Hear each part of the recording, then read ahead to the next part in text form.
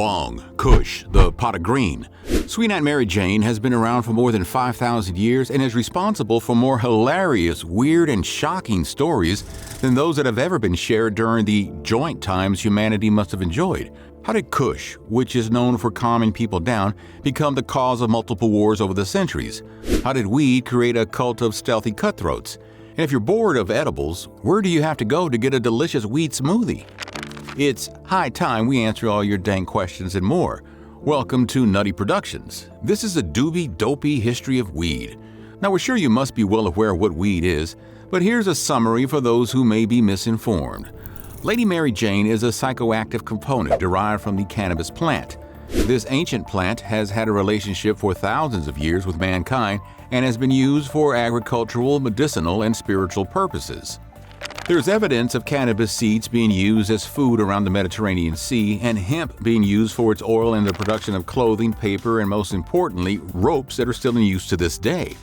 Of course, being so multi-purpose helped the cannabis plant gain a lot of importance among ancient cultures. But it's still very hard to figure out when and where the cannabis plant first sprouted for the first time. Scientists are working hard to figure out if humans influenced the evolution of cannabis as we know it today, or if the plant is old enough that even velociraptors secretly like to chill out chewing on its leaves after a stressful hunt. Science hasn't found all the answers, but there is still hope unless the ancient people were right and cannabis was truly a gift of some immortal entities. If you happen to know the Instagram of such an entity, ask them to slide into the comments, please, by using the share button. We know that the plant is old for certain, like really old. But for the sake of this video, we're just gonna focus on the human history of it. We're going to start with China of all places. You see what I did there? Despite the fact that weed is illegal and possession of it could be punishable by death in modern China, 5,000 years ago, a legendary emperor in China named Shennong was the first recorded person to discover the benefits of cannabis sativa, Mary Jane's native name. He recognized weed's fast-growing nature and ability to produce both textiles and grain, along with its medicinal properties. He advocated its use for the treatment of multiple different ailments that were cataloged by his advisories in Pen Sao Ching, the Divine Husbandman's Materia Medica. Yes, the name Shennong means divine husband or divine farmer depending on the context. This discovery also earned Shennong the title of the father of Chinese medicine, as if he needed more titles. But some people do live for him. Just ask Louis XVI. Even though China's ancient trade route to the West earned its name from another famous Chinese commodity, silk, MJ was equally popular among the traders of the Silk Road. Cannabis strains spread their branches along various stops on the 4,000-mile-long path between China and Europe to begin its journey towards becoming the global phenomenon it is today. The oldest traces of this adventure can be found in the Pamir Mountains. The Jerzankel Cemetery, located among these treacherous peaks, reveals some shocking secrets about the merchants that lived there 2,500 years ago. On the surface, archaeologists made the most obvious discovery you would expect from the excavation of a cemetery: bones. But these bones belonged to merchants and farmers that lived around 500 BC, and next to these bones was something really special: wooden burners. Now you gotta be wondering, what's special about these burners? The archaeologists did too, and when they got a whiff of it, their minds were blown. It was the good old bong, joints of bong, kind of a play on Bond, James Bond. Historians have theorized that the ancient mourners in this area were smoldering cannabis seeds on top of hot stones. They would inhale the smoke during funerals and while visiting the dead. This theory makes Jerzankel Cemetery the oldest known location where cannabis was smoked by humans. Now, if you're wondering, the historians hadn't smoked any weed themselves while making these claims, or at least that's what they claim. The reason behind the use of cannabis in Jerzankel Cemetery would be to either subdue the smell of rotting corpses with the weed's distinct smell, or to use the smoke to induce psychoactive experiences, like communicating with the spirits of their dead relatives. Another reason the cemetery is considered special is because of the high level of tetrahydrocannabinol, or THC, found in the specimens from the brazier at this location. THC is the magic component in pot that makes the plant capable of taking your brains to places out of this world. In 440 BC, Greek historian Herodotus met the Scythians, a fierce nomadic tribe that spread across Central Asia after originating from modern Siberia in 900 BC. They invited Herodotus to their special saunas, where weed buds were used to make the steam a little doozy, and he saw them cry in ecstasy. If Herodotus' accounts are true, which is a hot topic on its own, we can thank the Scythians for inventing the hot box.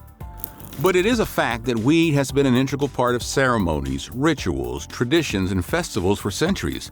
During the Crusades, many historians believe that the members of the Nizari Ismaili used cannabis or hashish to calm themselves before stealthily carrying out the elimination of rival leaders to aid the Islamic cause. The sect is believed to perform elaborate customs to consume hashish as part of their beliefs and operations. Customs like that in other parts of the world are still a thing to this day.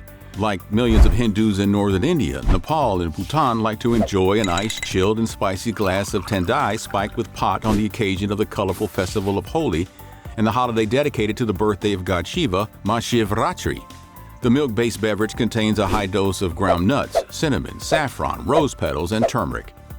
The adults would spike it with bhang, an edible popular among the North Indian subcontinent population derived from ganja. So yeah, in a nutshell, tendai is a weed and nuts smoothie. Another reason cannabis easily spread across the globe was the use of hemp by ships for rigging, sails, and as we mentioned earlier, rope. Hemp also helped cannabis reach the New World when the white settlers arrived in the Americas in the mid-1600s and they needed an easy crop to establish colonies. The father of the nation, George Washington, the first U.S. president, had his own hemp farm at Mount Vernon. You can use that trivia to amaze your friend at your next joint session or weed around or puff puff passathon or whatever you call it.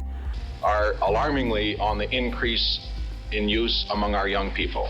This is a national problem. It requires an urgent action on the part of the federal government. And though cannabis was finding a new home in the Americas during early modern history, India also was writing a new chapter in the high times of the plant. Dr. William Brooke O'Shaughnessy arrived in India in 1833 while the East India Company was slowly coiling its grip on the subcontinent. But O'Shaughnessy was interested in the remedial properties of bhang, and he wanted to incorporate the herb in Western medicine, believing that weed could be a cure for rheumatism and cholera. Even though his years of research proved otherwise, he did discover that cannabis can aid in treatment if not the cure. He even claimed that cannabis is useful as an anticonvulsive medication and could help stop seizures among infants and reduce tremors in tetanus patients.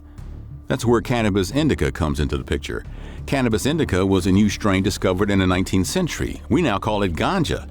This new strain showed easing effects but with a side effect of heightened delirium. O'Shaughnessy's work wasn't wasted, and recognition of his efforts helped cannabis to be recognized and used in Western medicine, which led to the herb becoming a popular over-the-counter remedy. Cannabis was introduced to American medicine through the U.S. Pharmacopoeia in 1851. This pharmacopoeia was a collection of all the most important drugs and medicines in use during that time in the U.S. pharmaceutical industry. Truth is, it was quite popular in the 19th century and early 20th century as an over-the-counter medicine in the form of concoctions or elixirs. But the ethics of these medicines are debatable today, as some of them also include poppy and the special but dangerous Colombian powder. Now, the credit for inventing the modern recreational culture of cannabis use goes to France, where Club de Hachicians celebrated using cannabis as an escape from the stress and humdrum of regular life. While the French were using weed to calm themselves down, the Swazi army and the Zulus used cannabis to enhance aggression and stave off fatigue during the Anglo-Zulu War as part of their pre-battle rituals. They mentioned smoking weed increased courage and aggression. This is also where the story of cannabis takes a dark turn. For centuries, the acceptance of weed in society was being chased by the elements that wanted to curb its social acceptance. In 1378, the Emir of Jonima in the Arabian Peninsula, Sodayun Shikoni, was the first known ruler to ban the use of hashish in his principality. In the Americas, cannabis faced resistance from the start. The King of Jamaica banned it in 1787. Imagine that. Napoleon Bonaparte was among the first European leaders to close cannabis shops in his empire. The Municipal Council of Rio de Janeiro and the British colonies of Mauritius, Guyana, South Africa, and India also outlawed cannabis. The rulers of Greece, Singapore, Morocco, and the Ottoman Empire followed suit.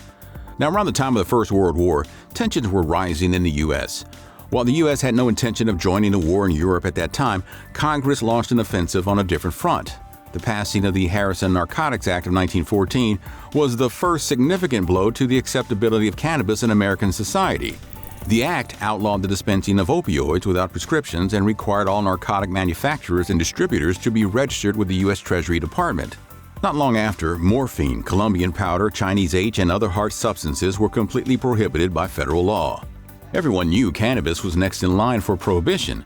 Surprisingly, American authorities first targeted alcohol with the Volstead Act of 1919, also known as the Prohibition Act. From 1920 to 1933, America was green but dry. Crime rates rose, and if you happened to time travel to that era, you would want to avoid the Chicago Thunder. The tightening grasp of the law around other substances affected cannabis too. The illegal market boomed due to addiction-related crimes, misinformation, and exploitation, creating an environment of paranoia among the American population. Mary Jane was no longer a friend to American society, and it didn't take long before smear campaigns targeted her presence in the country. This hysteria, which began in 1936, is now known as reefer madness. It began with an exploitation film that created a cautionary tale against the devil's lettuce, using mostly false or highly exaggerated claims against cannabis and to warn the young audience and bring them back to the straight and narrow path. The film's most infamous claim was that weed provokes violent and heinous thoughts in its users. The film had a mixed impact. While an older age group was influenced by it, the younger generation found it kind of funny. More funny than scary, in fact. In 2005, a group of filmmakers parodied Reefer Madness, featuring Jesus as a weed-friendly supporting character. But a severe consequence of the film was an article written by Harry Anslinger, the then head of the U.S. Federal Bureau of Narcotics. The article, titled Marijuana, Assassin of Youth, was published a year after the release of Reefer Madness. Peddling the propaganda of the movie, Anslinger insisted that MJ was responsible for the increase in crime in the country. The same year, the Marijuana Tax Act was placed on all imports, sales, and distribution of weed, which had to be paid annually. Now, if you didn't comply, it would be prolonged imprisonment and heavy financial penalties. This led to a steep decline in the recreational use of MJ in the U.S. The hemp industry and medicinal use of cannabis were the only aspects of the plant products that remained unaffected by these new laws and regulations. Now, the final blow came in 1942 when the U.S. Pharmacopoeia removed cannabis. The reputation of weed took a sharp decline, becoming synonymous with crime and criminals. But not all was lost for the reef leaf. Israeli Raphael Mechoulam breathed new life into the herb industry by identifying and isolating THC in 1964. This allowed more in-depth research in both CBD and THC separately, breaking new barriers in the ways the herb could benefit people. CBD was now safe to use for medicinal benefits without the psychoactive high, and THC could be used for psychological treatments and therapies independently. When the 60s arrived, the Beatles, Woodstock, the peace movement, and the Vietnam conflict redefined America in this decade. Mary Jane took center stage as the hippies brought a wave of counterculture of music, gender, liberty, and the right of expression to America, while cannabis found a new appreciation among armed forces dealing with the harsh realities of new kinds of warfare in Vietnam. High on flower power and a 420 blaze, the Haight-Ashbury district was flooded by hundreds of thousands of people during the Summer of Love in 1967. Now, the unplanned event to celebrate freedom, peace, art, music, good vibes, and love suddenly gathered significant mass media attention. Though the event promoted happiness and unity, not everyone was pleased, especially the incumbent 37th President of the U.S., Richard Nixon. He was severely paranoid about weed being a prominent cause for this event, inspiring him to launch a full-fledged attack on narcotics, with Lady Mary Jane being the most wanted target. In 1971, Nixon proudly declared that the U.S. had launched a war on drugs, calling them America's greatest public enemy. Evidence suggests that Nixon signed the Controlled Substances Act to use marijuana as a scapegoat to suppress the rise of hippie culture and the civil rights movement. This act classified cannabis as a Schedule I narcotic, alongside hard substances like heroin and cocaine. This category was meant only for substances with the highest risk of exploitation and no medical value. But the extensive use of cannabis in pharmaceuticals worldwide was largely ignored. After the Office for Drug Abuse Law Enforcement, the Office of Narcotics Intelligence, and the Bureau of Narcotics and Dangerous Drugs were combined to form the Drug Enforcement Administration, or DEA, in 1973, the new Authority on Substance Exploitation launched a stronger campaign to combat the illegal substance trade in the country. Now, with the dawn of the 80s, Nixon was replaced by Ronald Reagan. He doubled down on efforts to criminalize and combat cannabis's presence in American society. The DEA's finances saw a huge boost after Reagan passed the Anti-Drug Abuse Act of 1986. The law also created minimum sentences for any drug-related crimes and increased the monetary and incarceration penalties for those crimes. Classifying Mary Jane in the same class as harder drugs led to a massive spike in arrests and incarcerations. Possession of even the smallest amount of weed was enough to be penalized with a big sentence because the herb was perceived as a gateway drug. Ronald Reagan's wife, Nancy Reagan, believed the ill reputation of cannabis alone was enough for it to be heavily punishable. Nancy's involvement in the war against drugs included funding a new campaign against substance abuse privately. The campaign, Just Say No, targeted school-aged teenagers to spread awareness about drug-related crimes and exploitation. Just Say No was soon followed by the Drug Abuse Resistance Education, or DARE program in 1983 in Los Angeles. The program has now become internet meme fodder because of its corny PSAs and featured police teaching the harmful effects of drugs at schools with a cartoonish mascot, Derek the Lion. As they journey through the land of decisions and choices. This Is Your Brain on Drugs was the PSA that takes the cake for being one of the most bizarre pieces of propaganda in 1987. This PSA depicted a man picking up an egg, claiming it to be the brain. This is your brain. Then cracking it into a hot skillet. The skillet, represented the drugs. This is drugs. The egg sizzled away while he menacingly held the frying pan and asked the audience if they had any questions.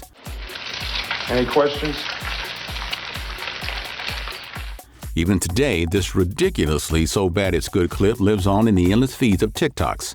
The Wheel of Fortune began turning once more in cannabis's favor in the mid-1990s, as California became the first state in 1996 to legalize the medicinal use of cannabis under Proposition 215, the Compassionate Use Act. This was a historical landmark for cannabis acceptance in America, but the road wasn't easy.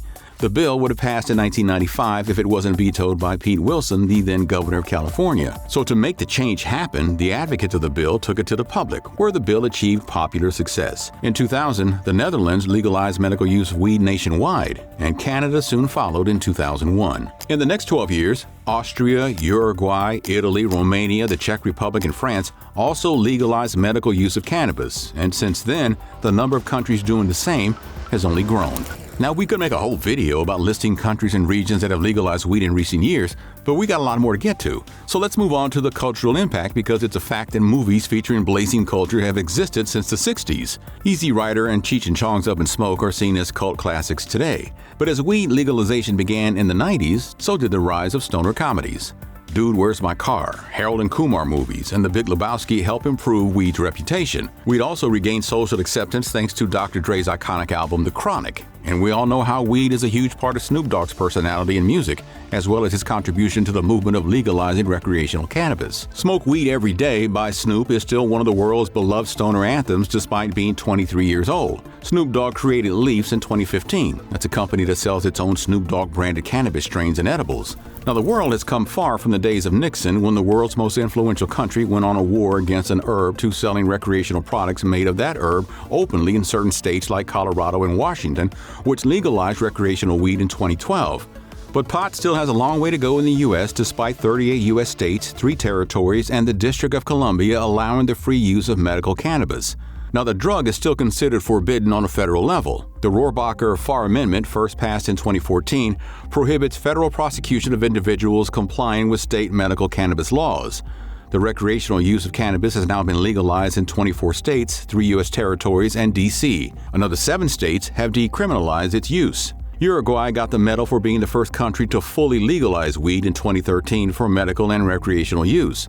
The International Weed Haven Club includes Georgia, the country, not the state, South Africa, Canada, Mexico, Malta, Thailand, and Luxembourg. Surprisingly, or not so surprisingly, none of these countries have collapsed into anarchy, as people in the past warned us about. The current U.S. government promised in 2022 that the president would pardon prior offenses of possession of cannabis, encouraging states to follow their example. Cannabis advocates have faced a lot of resistance to their movement to normalize weed, but the 2020s are proven to be the dankest decade in recent history. From its humble origins as an overgrown grass, the humble ascension to a simple crop, and then blazing fall as a dangerous narcotic, cannabis has endured a long struggle to reclaim its status as a normalized substance next to alcohol, caffeine, and tobacco. Now, whether you partake yourself or not, you can't deny that weed has a remarkable chapter that is integral to the overall human history. It's likely we only know a few portions of this chapter, and we could only wish that plants could talk and tell us about its mysteries. Maybe if you smoke enough of it, it will. Thanks for watching Nutty Productions. If you find this video dope, you see what I did there?